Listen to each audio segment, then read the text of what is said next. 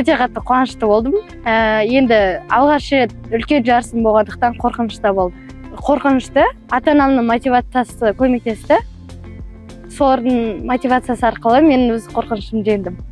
Көбінесе әкем мотивация береді. Жаңағы ойындарды қара, тактикаларын үйрен деген сияқты. Бізде қыздар, үлкен қыздар бәрі Қазақстан деп киіп жүретін. Мен де сол кезде киім келетін.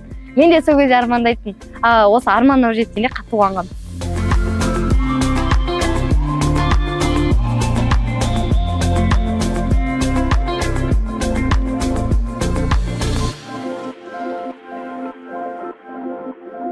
Бұл командалық спорт. Жаңадан көптеген достарымды таптым, көптеген разный елдерге барамыз. Бұл мен алғашқы Азия ойындарым. Өте қуаныштымын осы жерге алғанына. Менің арманым ол Қазақстаннан ең алғашқы әлем чемпионы болу.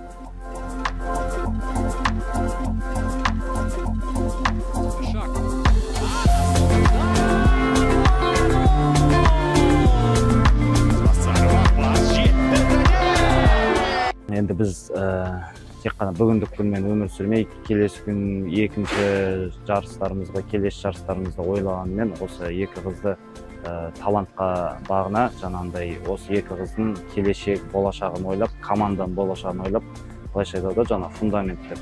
Сондықтан осы қызды қазірден бастап алып жүрміз. Өйткені ертеңгі күндерде Азия ойындары әрбір 4 жылда болады. Сондықтан қазіргі таңда осылай шешімге келдік. Кішігірім жас қыздарды бір-екеуін алып, жаңағыдай талантты деген, ертеңгі күні болашақта өздерін көрсете білетін, команданы алып шыға білетін деген оймен, шешіммен осындай екі қызды алып қойдық.